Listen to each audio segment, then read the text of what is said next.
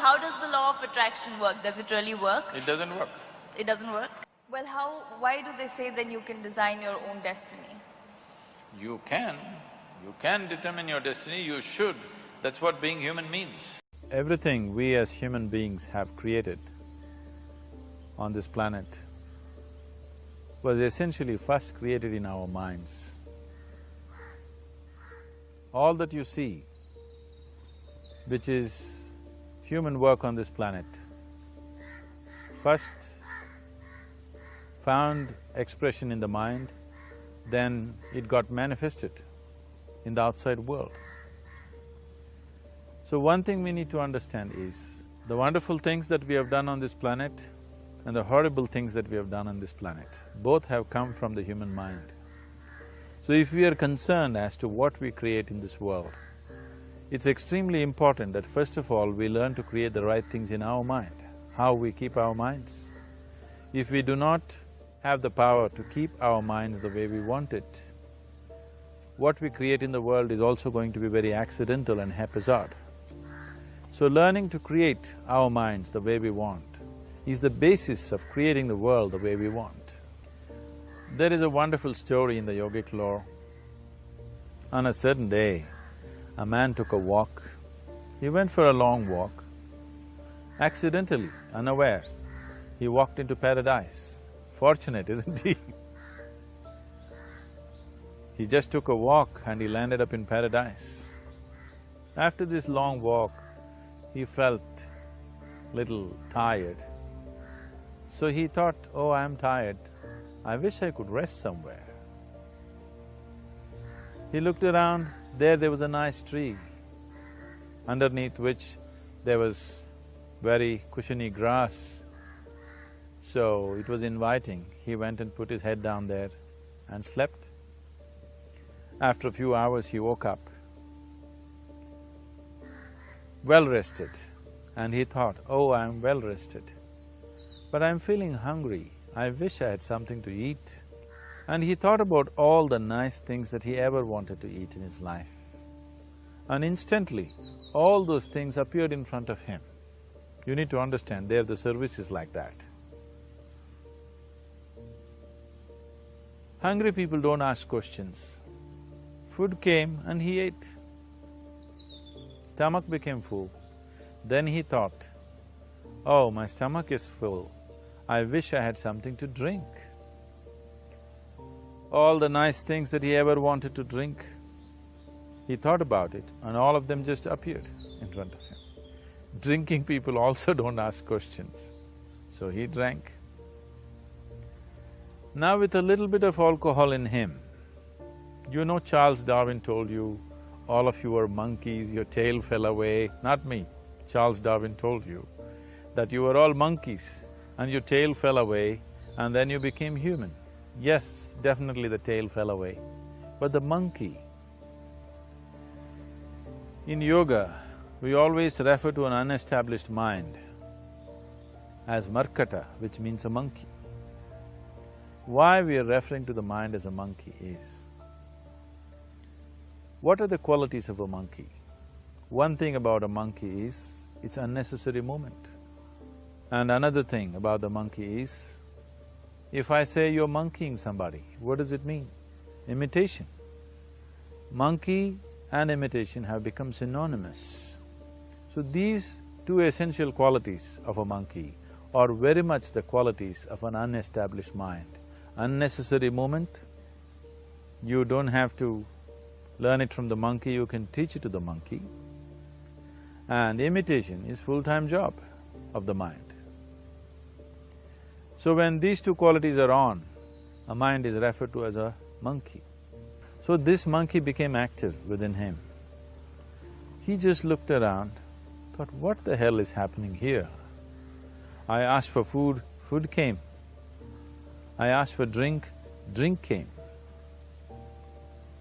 There must be ghosts around here, and ghosts came. Oh, the ghosts have come, they're going to surround me and torture me, he thought. Immediately the ghosts surrounded him and started torturing him. Then he started screaming in pain and said, oh, they're going to kill me, and he died. Just now he said he's a fortunate being. The problem is he was sitting under a kalpavriksha or a wishing tree. He asked for food, food came, he asked for drink, drink came, he asked for ghost, ghost came, he asked for torture, torture came, he asked for death, death happened. Now don't go looking for these kalpavrukshas in the forest. You can barely find a tree these days. A well-established mind, a mind which is in a state of samyukti, is referred to as a kalpavriksha. If you organize your mind to a certain level of organization, it in turn organizes the whole system.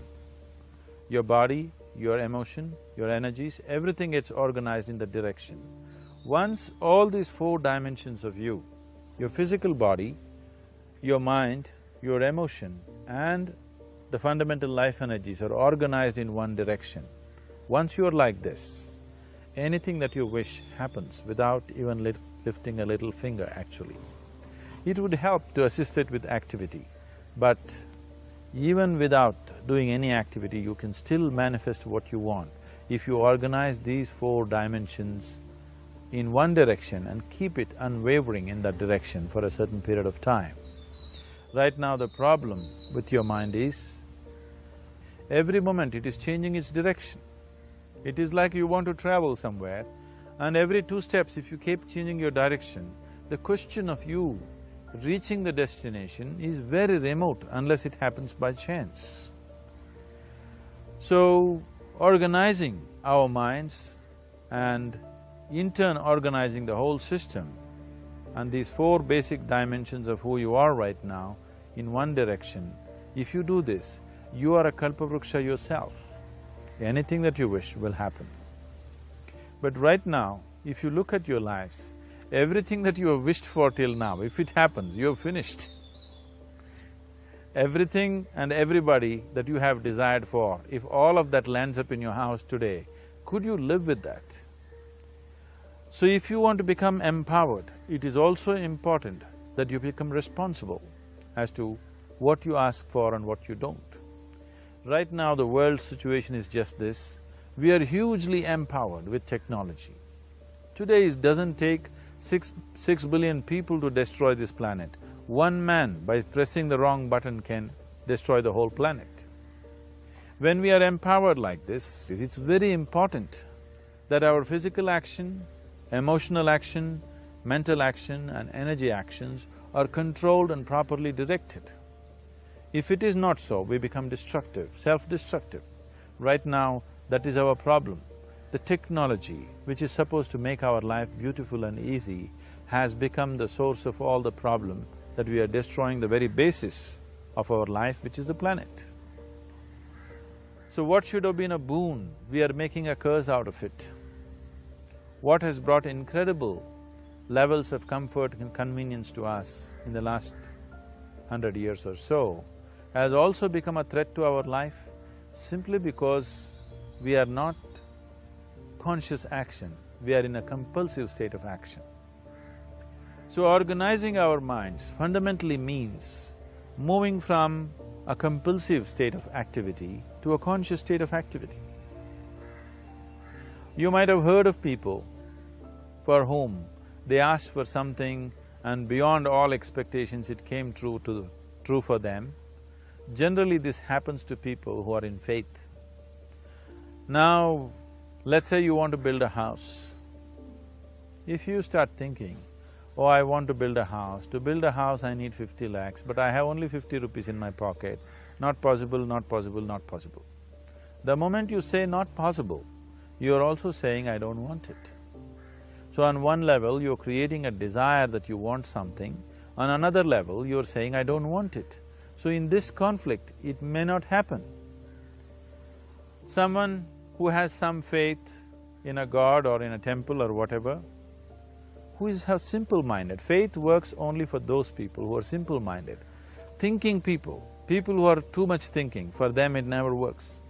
A childlike person who has a simple faith in his god or his temple or whatever, he goes to the temple and says, Shiva, I want a house. I don't know how. You must make it for me. Now in his mind, there are no negative thoughts. Will it happen? Will it not happen? Is it possible? Is it not possible? These things are completely removed by this simple act of faith. Now he believes Shiva will do it for him and it will happen. So is Shiva going to come and build your house? No, I want you to understand, God will not lift his little finger for you. What you refer to as God is the source of creation. As a creator, he has done a phenomenal job, there's no question about it. Could you think of a better creation than this? Is it in anybody's imagination to think anything better than what is there right now? So as a creator, he has done his job wonderfully well. But if you want life to happen the way you want it, because right now, the very crux of your happiness and your well-being is this. If at all if you're unhappy, the only and only reason why you're unhappy is life is not happening the way you think it should happen. That's all it is. So if life is not happening the way you think it should happen, you're unhappy. If life happens the way you think it should happen, you are happy. It's as simple as that. So if life has to happen the way you think it should happen, first of all, how you think, with how much focus you think, how much stability is there in your thought, and how much reverberance is there in the thought process will determine whether your thought will become a reality or is it just an empty thought. Or how you do not create any impediments for your thought by creating negative thought process. Is something possible or not possible? Is destroying humanity. What is possible and not possible is not your business, it's nature's business. Your business is just to strive for what you want. Right now you're sitting here, if I ask you two simple questions, I want you to just look at this and answer this. Right now from where you're sitting, can you just fly off? You say no. Right now from where you're sitting, can you get up and walk? You'll say yes. What is the basis of this?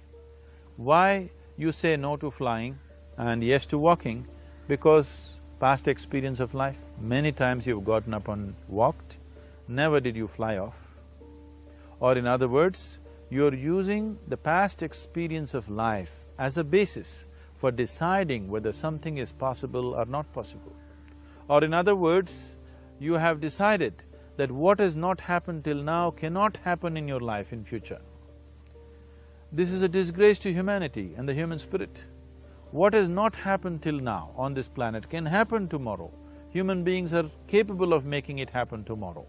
So what is possible and what is not possible is not your business. That is nature's business. Nature will decide that. You just see what is it that you really want and strive for that. And if your thought is created in a powerful way, without any negativity, without any negative thoughts bringing down the intensity of the thought process, it will definitely manifest. The whole existence today, modern science is proving, is just a reverberation of energy. It is a vibration. Similarly, your thought is also a vibration.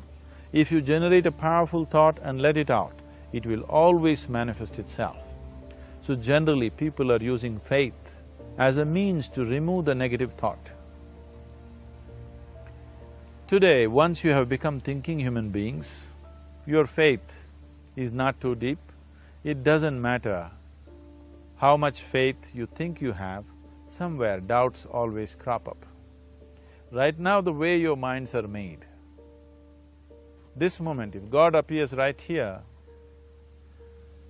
you will not surrender to Him. You will want an investigation whether He is really God or not. With this kind of mind, you should not waste your time on faith.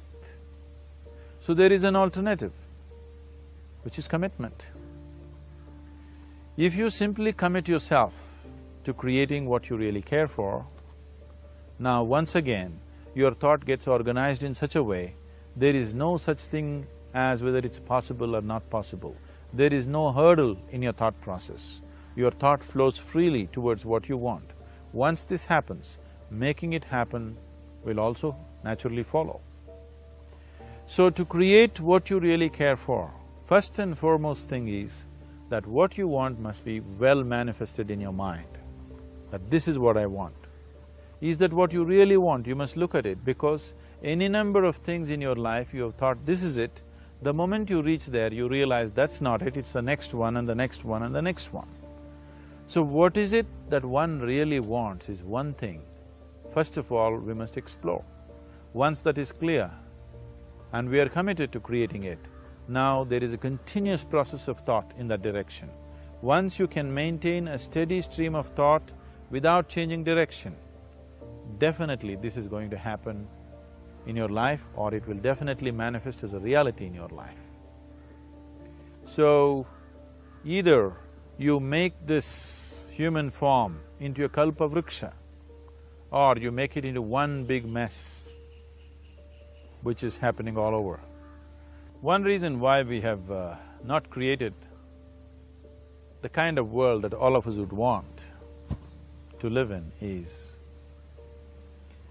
too many people are busy looking up. Too many people are interested in other planets. They're not interested in this planet. For every aspect of their life, they're checking out with other planets. And further, too many people are in service of heaven. They're not on service of this earth. I think right now we need people who are in service of this earth, not heaven. I believe if heaven is closer to divine than where we are, if that is so, I believe they're little more organized than us, they don't need help from us. This has been a major problem on the planet. Anything that is valuable for a human being, anything that is good, the highest aspects of human life have unfortunately been exported to heaven. For example, if you say love, people say God is loving. We do not know whether God is loving or not. Human beings are capable of love. It is very, very important that people understand human beings are capable of love, human beings are capable of compassion, human beings are capable of joy and blissfulness. All the good things that are possible for a human being, unfortunately have been exported to heaven. If we want to create the kind of world that we want to, we need to understand whatever you refer to as God, the idea of God has entered our mind only because we have seen creation around us. Because there is creation, we have assumed a creator. God is a great creator. What you refer to as God is a source of creation. That source of creation has not failed us, has done a fantastic job. But now the question is about management. If you want to leave the management in the hands of the Creator, He will manage it in His own way, according to His agenda. But that's not what you want. You want life to happen the way you want it. Now, for example, let's say all of you here are the India soccer team for the next World Cup, and I am the coach. So these next 4 years, everything that you need to know about football is taught to you, everything that I know about football is poured into you in so many ways. Now, the time to play the match has come. You're on the field and the ball comes near your foot, but you look at me, then it's no good. You've seen those coaches sitting there and boiling, nothing happens. Because now, once you're on the field, it's your job. So this is the same thing. The Creator has done a fantastic job. Now you're here, it is for you and me to see how to manage this, how we want it, how to keep this world, how… in what condition would all of us enjoy it best is something that we have to look at. So at every stage in our life, we tend to think, this is it. If this one thing happens, everything will be fine with my life. You reach there and you realize that's not it, and you postpone it to something else and something else. This is going on. The first and foremost thing is, you must be clear what is it that you really want. If you do not know what you want, the question of creating it doesn't arise. If you look at what you really want, what every human being wants is, he wants to live joyfully, he wants to live peacefully. In terms of its relationships, he wants it to be loving and affectionate. Or in other words, all that any human being is seeking for is pleasantness within himself, pleasantness around him. If this pleasantness, if it happens in our body, we call this health and pleasure. If it happens in our mind, we call this peace and joy. If it happens in our emotion, we call this love and compassion. If it happens in our energy, we call this blissfulness and ecstasy. This is all that a human being is looking for. Whether he is going to his office to work, he wants to make money, build a career, build a family, he sits in the bar, sits in the temple, he is still looking for the same thing. Pleasantness within, pleasantness around. If this is what we want to create, I think it's time we addressed it directly and commit ourselves to creating it. So you want to create yourself as a peaceful human being, joyful human being, loving human being, a pleasant human being on all levels. And do you also want a world like this? A peaceful world, a loving world, a joyful world? No, I want greenery, I want food. When we say a joyful world, that means everything that you want has happened. So this is all that you're looking for. So all that you need to do is commit yourself to creating it, to create a peaceful, joyful and loving world, both for yourself and everybody around you. Every day in the morning, if you start your day with this simple thought in your mind, that today, wherever I go, I will create a peaceful, loving and joyful world. If you fall down 100 times in the day, what does it matter? For a committed man, there is no such thing as failure. If you fall down 100 times, 100 lessons to be learnt. If you commit yourself like this to creating what you really care for, now your mind gets organized. Once your mind gets organized, the way you think is the way you feel, your emotion will get organized. Once your thought and emotion is organized, your energies will get organized in the same direction. Once your thought, emotion and energies are organized, your very body will get organized. Once all these four are organized in one direction, your ability to create and manifest what you want is phenomenal. You are the creator in many ways. Why I am saying you are the creator is, I want you to look at the nature of your life right now. If you eat a banana, in 4 hours' time, this banana becomes a human being. There is something within you, a life-creating process, a process which builds this body. The manufacturer of this body is within. You give him a banana, he makes a human being out of that banana. Transforming a banana into a human being is not a small thing, it is a phenomena. It is just that this phenomena is happening within you unconsciously. If you could only consciously manifest this, making a banana into a human being, you are the creator. You are nothing less than that. As the theory of evolution goes, to make a monkey into a human being, it took millions of years. Over an afternoon, you can make a banana into a human being or whatever else, a piece of bread that you eat, into a human being. So, the very source of creation is functioning within you. If you organize these 4 dimensions of mind, emotion, body and energy in one direction, the source of creation is with you. You are the creator, what you want to create will happen to you effortlessly. Once you're organized like this, now you are not a mess, you are a kalpavruksha. You have the power to create what you want. There are tools and technologies as to how to organize this system in such a way that instead of being a psychological mess, you can make yourself into a kalpavruksha. This culture, these traditions, the whole technology of yoga is just about this, transforming yourself from being just a piece of creation to the creator himself. This is not in search of God, this is in search of becoming a God. This is not in search of divine, this is in search of becoming divine, because that which you call as divine, that which is the source of existence, is throbbing within you every moment of your life. Otherwise, a piece of bread cannot become a human being in the course of an afternoon. So, shifting from being just a piece of flesh and blood to becoming a creator, there is a whole science and technology for this. There are tools to make this happen.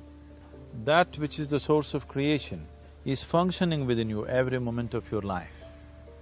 It is just that, have you kept access to that dimension or not? Organizing the four basic elements of your life will give you that access. There are tools and technologies to do this. The whole science of yoga, the whole technology that we refer to as yoga is just about this, transforming yourself from being just a piece of creation to become a creator.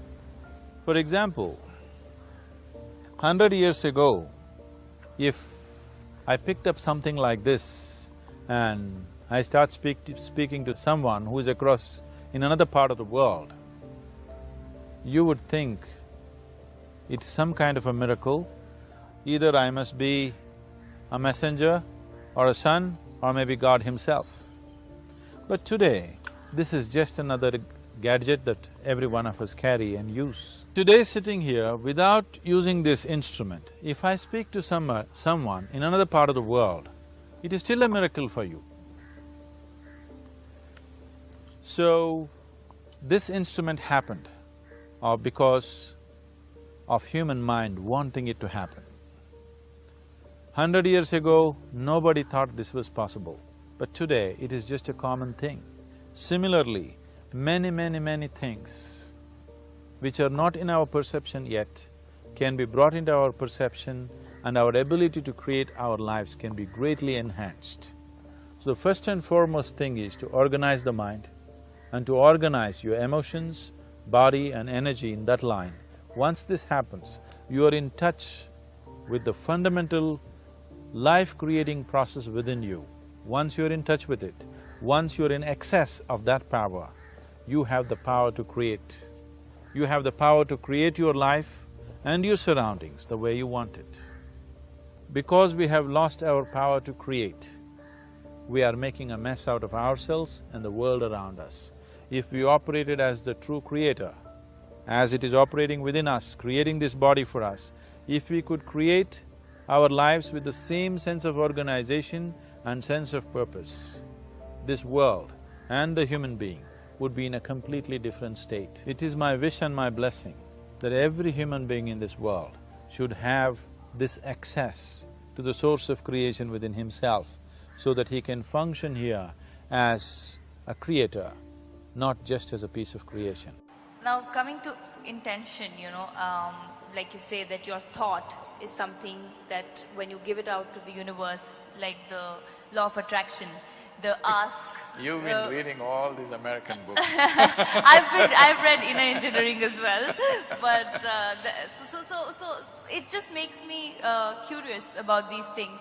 When you say the law of attraction, where you ask, believe and receive, anything that is sent out to the universe in a positive direction or in a constant direction rather, happens, because they say that you design your destiny, you design your life, like you just happen to say that, your conscious efforts, you can have control over your life. Now, coming to intentions, now what if you're sending out a positive signal, great. What if someone is… No, I did not agree with that. You made a theory. There are lots of holes. Okay, so my question, you did not agree to it. So my question is, if someone is sending out, okay, you want your life to be a certain way, you send out positive signals, which is great, but… To whom? To the universe. To the universe. Which direction? Up or down? That's what I'm asking. How does the law of attraction work? Does it really work? It doesn't work. It doesn't work? So what works? How do you design your Law own of destiny? attraction is something that happens between opposites. Yes. Whether two magnets or two opposites, male and female or whichever way, law of attraction is always between opposites, isn't it? From North Pole to South Pole to this and that, it is working like that. Right. Now you're talking about the universe, so that means you are an alien to this universe? Part of the universe. If it's part of the universe, what is there to be attracted about? Well, why do they say then you can design your own destiny? You can determine your destiny, you should. That's what being human means. Right. See, if you had come here like any other creature on this planet, they have compulsive cycles. They live by that, it's okay for them, because that's all they're capable of. Once you have come as a human being, everything that you can do, actually if you look at your life, you're not doing anything very greatly different from what the other creatures are doing.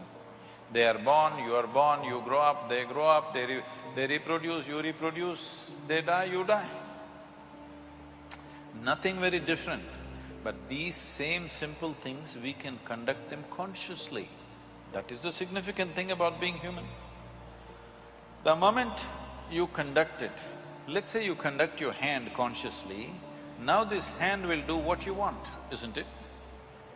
You won't simply sit here and do like this. Now this hand will do what you want. Suppose you conduct your thought consciously, now your thought will do what you want. If your thought was doing what you want, how would you keep yourself blissful or miserable? Blissful. Blissful. Yeah, If you're blissful, would you go in search of happiness? of course. Huh? No, if you're blissful, you're just If you're satisfied with it. blissful, would your life be in pursuit of happiness, I'm asking? You'll be in a state… Yes, you're blissful. So these things that people think are the greatest things in their life, to be peaceful, joyful, nonsense, wouldn't mean a thing to you, because you're blissful. But you can't say that to them, they'll feel insulted. You have to… You have to play the tunes. But essentially, if your thought and emotion was taking instructions from you, you would keep yourself in the highest level of pleasantness, whatever that is, isn't it? Correct. Yes. If that happened, your entire life process will come to an ease, total ease. Right now this is because you're a crouching tiger. You have to go get something, always. There is nothing to get. If you sit here, your life is complete. Now it's at ease, total ease. When it's in this kind of ease, it will become perceptive. Now, just pursuing a profession, making money, or even being joyful, or being loving, or falling in love, nothing means anything to you, because just sitting here, the highest level of pleasantness is happening to you. So what would you do with that life? Naturally, you would explore something that is not in your perception right now. This is how spiritual process begins. This is how you take charge of your life. Now you wish for something, it happened. I want you to know this, for most people, at least 50% of what they wish happens. It is just that they are focusing on a few things that did not happen. If you want to be fair, in a reasonably well-settled society, 90% of what they wish happens. It is the 10% they're complaining about. Yeah. Hello? Isn't it so? Yeah. 90% of your life is happening the way you want it. The 10% you're cribbing, you're never enjoying the 90% because this 10% did not happen the way you want it. Yeah. So already, to a large extent, you're in control of your destiny. A little is going off, but that little can bother you. It's like you drove 100 kilometers properly. Let's say you have to drive 100 kilometers. 90 kilometers you went properly where you want to go. At the 91st kilometer you crashed. Still it's not good, isn't it? Yeah. So that's why they're complaining. I'm not saying they're complaining for nothing. Because at 90 kilometers everything went well, just before reaching something crashed. So they still suffer for that. Now, right now this is because situations are happening around us. Not all situations will ever happen the way we want it. Because situation is not just me. Situation is so many people involved, so many forces involved. All of them need not happen my way. But if I'm happening my way, I'm blissful, okay? Whether the golf ball flies straight or goes into the mountains, I'm still blissful.